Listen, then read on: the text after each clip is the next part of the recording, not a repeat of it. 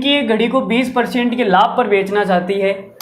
तो भाई जो पिंकी जी है ये अपनी घड़ी को 20% के लाभ पर बेचना चाहती है और भाई पिंकी जी बेच रही है, तो हमारे जो स्टूडेंट है वो तो 30% लाभ पर ही खरीद लेंगे, है ना।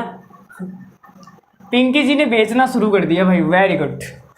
अब तो 20% क्या, पिंकी जी जितना परसेंट चाहे उतना लाभ कमा सकती है।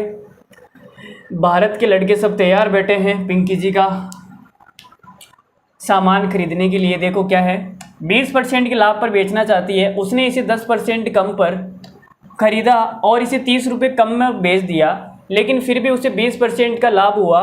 तो घड़ी का करिए मूल्य क्या है। तो भाई देखो जो घड़ी है, मैंने यहाँ पे लिखा CP और यहाँ पे लिखा मैंने SP, ठीक है। तो भाई 100 रुपये का जो माल है ये पिंकी जी 120 रुपये में बेचना चाहती है, लेकिन 10% कम पर खरीदता। 10% कम पर खरीदने का मतलब है 90 में खरीद के लाता, 10% कम कर दिया, ठीक है। तो उसे 30 रुपये कम पर बेचा, 30 रुपये कम पर बेचा और इसने बहन जी ने 30 रुपये कम में बेच दिया। फिर भी इनको 20% का लाभ होता है, तो 90 का 20% कितना होता है, 90 का 20% कितना हो जाएगा, 18।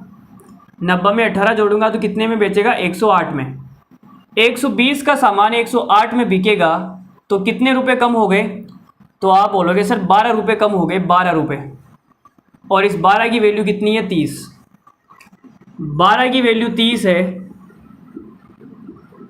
तो एक की वैल्यू कितनी आ जाएगी, 30/12। हमें 100 की निकालनी है तो 2 जीरो चिपका दो भाई, 12 का भाग दे दो इसमें या काट दो, 6 से काट दो, 6 पंजो 30 और 6 कम 6, 6 दूनी 12, तो ये आ जाएगा 500/2।